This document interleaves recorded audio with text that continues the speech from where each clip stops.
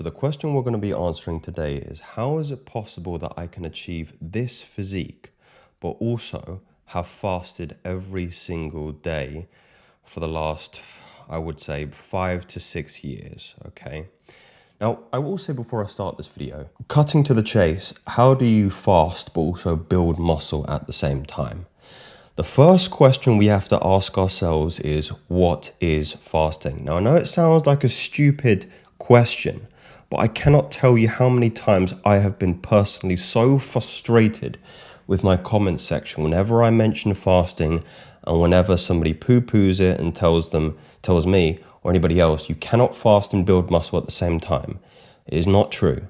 The reason it's not true is because I am of the opinion that people just do not know what fasting is. So here's what fasting is not. Fasting is not eating less and being in a cut. That's not what fasting is. You can fast and also meet this criteria, but fasting does not necessarily mean that you're eating less and you're being in a cut. It also does not mean that you are skipping meals.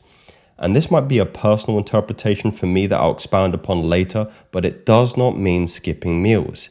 It also does not mean that you are starving yourself. So get those three out of your understanding and let me give you a new definition. But Joseph, what does fasting really mean? Fasting means deliberately extending the time window between feeds or eating. And I would go a step further and say beyond social eating conventions. So let me give you an example. Up on the screen here is a typical Western eating schedule, more or less. Breakfast, 8 o'clock, 7 o'clock, whatever it may be. Lunch around 1 p.m. and dinner around 7 p.m. And that's not to count the snacks in between each subsequent breakfast, lunch and dinner, and dessert after dinner. Now, let me offer you something that I think every single man should be doing as a bare minimum, right? If you're interested in fasting, but you don't know what to do, this is where you should start. This is called intermittent fasting, or IF. And all the difference would be is you are having your breakfast at 1 p.m., snacks in between perhaps, and dinner at 7 p.m. Now, many of you may say, Joseph, this just looks like you're skipping breakfast. No, you're not skipping breakfast because of the vernacular of the word breaking fast, breakfast. It would just mean that you're having your breakfast later when you're breaking your fast. You could have breakfast at 11 p.m. when at your first meal of the day is always breaking fast. Okay. Now, this would be coined the 16-8 IF, which just means 16 hours of the day you're fasting and 8 hours is your feeding window. Now, why would you do this? Why would you fast? What's the point? That's also important as well. Well, because your growth hormone goes up, your insulin sensitivity goes goes up. Also triggers autophagy, cell repair, cleaning out damaged DNA, plaque, pus, all the nasty gross stuff inside your body. You don't give your body an opportunity or time to get rid of the toxins, the plaque, the pus, all this kind of stuff. Fasting is where this happens. Peristalsis is a word used to describe the contractions in your stomach and in your guts, which help you digest your food, which takes energy. So a lot of people will tell you that eating gives you energy. Yes, digestion though takes energy away from you. It takes energy to digest your food. So in many ways, giving yourself a little bit of time between feeds and even more is actually more beneficial in this sense. Of course, you're going to be burning more fat and preserving muscle, especially if you are lifting, doing some resistance training, because you are stimulating metabolic tissue. You are giving your body a reason to preserve muscle. Also, your brain is going to be improved that's a poor way to phrase it. Your cognition is going to be improved because you're going to be using ketones from your fat, and the brain works better on ketones. This is why fasting paired with a ketogenic diet or a carnivore diet is very advantageous. Lifestyle, Simple, flexible, saves time. I'll actually tell you, the reason I got into fasting was because eating for me was always inconvenient. In the sense that I did the whole bodybuilding routine whereby I would be eating every 3 hours because I was deluded into believing that you could only synthesize protein every 3 hours. I think it was something like 36 to 40 grams of protein per 3 hours. We now know that is not true. And I can't tell you the apathy, the lethargy, the fatigue, the brain fog I would experience if I was eating so frequently. So then I went the other way. I went the fasting way. Also benefits to inflammation going down, better heart, gut health, and longevity overall. Okay, now this is the point that I really want to nail down. Fasting has nothing to do with calories. So I'm going to take the aforementioned Western eating schedule and the intermittent schedule and put them side by side.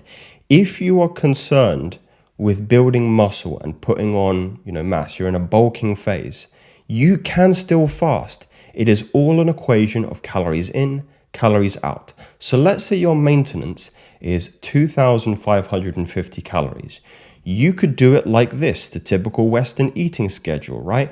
Of course, this is very kind of, robotic and maybe not true to life. Maybe you're having, 600 calories for breakfast. Maybe you're having a snack in between, but you get the general picture. We are still meeting our daily needs of 2,550 calories with each subsequent meal. Now, if you wanted to do it this way, whereby you're breaking fast at noon, you just need to increase the calories in each subsequent feed. Now, again, you could do it this way, but you've got that eating window between 1 and 7. So you could break fast with, a high calorically dense meal here. You could have some snacks in between, 3 o'clock, 4 o'clock, 5 o'clock, and then you could meet and top up the end of your calories with a meal at 7 p.m. and you would still be fasting. Again, fasting has nothing to do with calories, and it's all about the window. It's about the window in which you are consuming the calories. So with both things here, you are still fasting and you are still in a surplus. I cannot emphasize that enough. And again, your maintenance might be higher, it might be lower. It depends on your metabolic rate. It depends on how active your lifestyle is. For me, because I run a business, and sometimes, this sounds like a first world problem, doesn't it? The monotony of going to the shops, finding something that you want to eat, come home, cooking, then eating, it can be very, very time consuming. Fasting is so much more convenient and commensurate with the modern lifestyle that we are living, in the sense that we're all very, very busy people. You might be somebody mentioned the other day that you're doing construction for the whole day, and that's completely fine. You could fast while you're doing construction and then eat a very, very big meal at the end of the day, and that would still be commensurate with your needs. Now, a lot of people will believe that, Joseph, don't you need energy? I need to be eating multiple times in a day if I'm doing a hard labor job. It's not true. It's not true. You can support your labor job the previous day. And if you don't believe me, I used to work labor. I used to work as a steel fabricator, and I used to have to pick up, I-beams and bits of steel, and I needed to go to use the saw. So I have worked those jobs and still been fasting.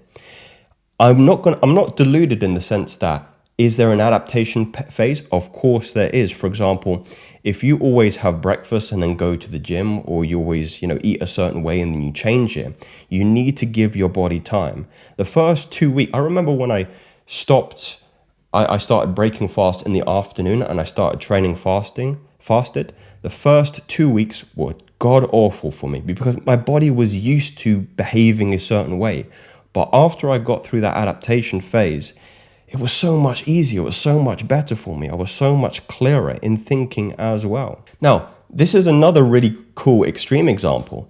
Nothing to do with calories. This was just a day to day, remember?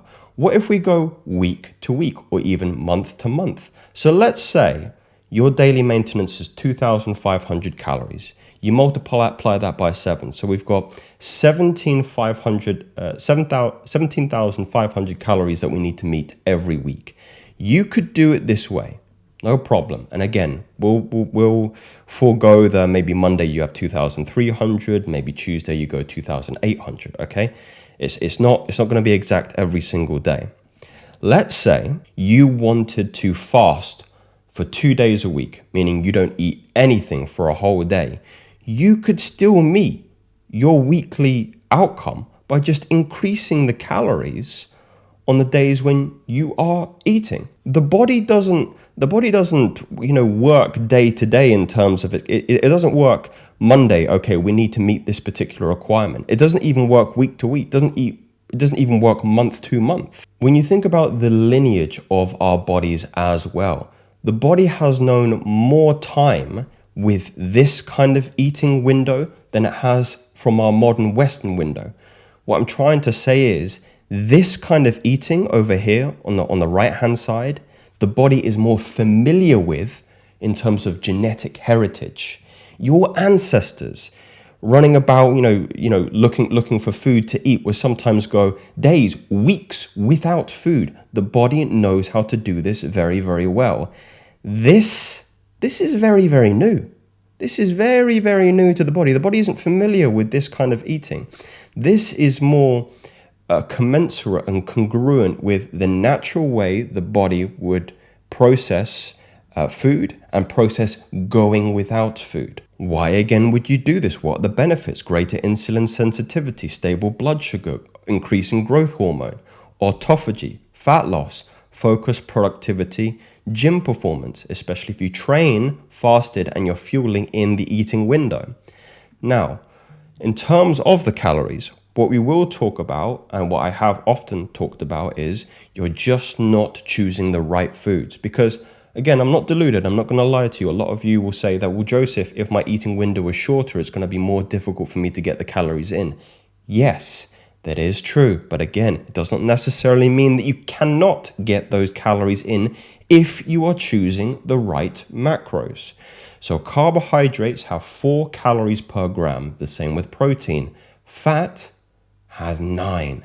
So whenever somebody says, Joseph, I'm fasting, but I feel like, or I'm scared about losing weight, my answer is always, you are not eating enough fat. And the good thing with using fat, increasing your fat intake is, number one, you'll be able to think better, your cognition will be better, and you'll feel clearer overall, you get less brain fog. And also, it's cheaper. It's far cheaper to eat high fattier cuts of meat, for example. Like if you go to the grocery store, you've got your 5% mincemeat and you've got your 20% mincemeat.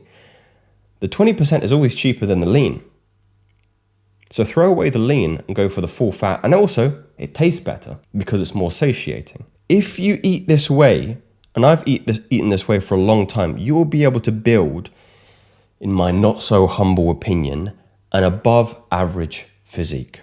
Okay, I've been eating this way for a long time. I wouldn't say that I'm particularly genetically gifted, but because my body is more insulin sensitive, it knows how to go for long periods of time without food. It knows through my tradition of lifting weights that it needs to preserve muscle. It's given me this kind of lean yet muscular physique. And I wouldn't say I'm tremendously lean. I mean, again, a lot of people store fat in different ways. I mean, my back has always probably been, I would say, again, above average. You can kind of see here that kind of Christmas tree coming in, where you can see the insert of the latissimus dorsi. Traps have always been a fairly good feature for me. Triceps, you've got the medial and the lateral head here. So fairly good definition, fairly good body composition as well. If we go to a frontal view here again, shoulders capped. Chest has always been a fairly weak point for me.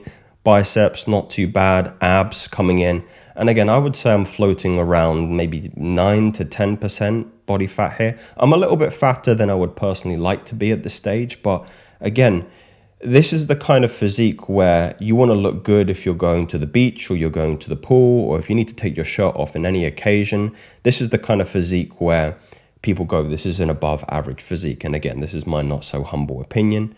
Again, This is kind of a blurry one, but, good rear delts there. This is probably good lighting.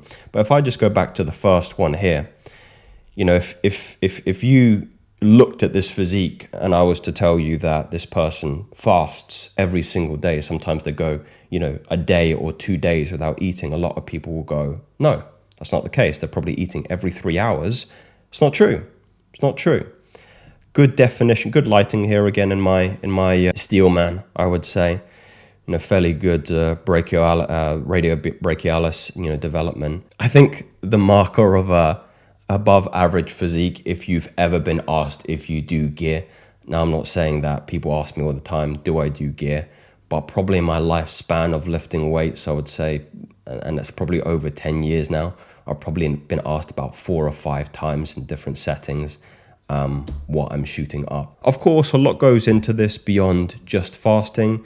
We also need to talk about androgen sensitivity, testosterone boosting, supplementation, and training as well. But I really think in the modern age, it is a delusional opinion to believe that you cannot fast and also put on muscle at the same time. And the proof is right here. And that's not a theory, it's a fact. Speak soon.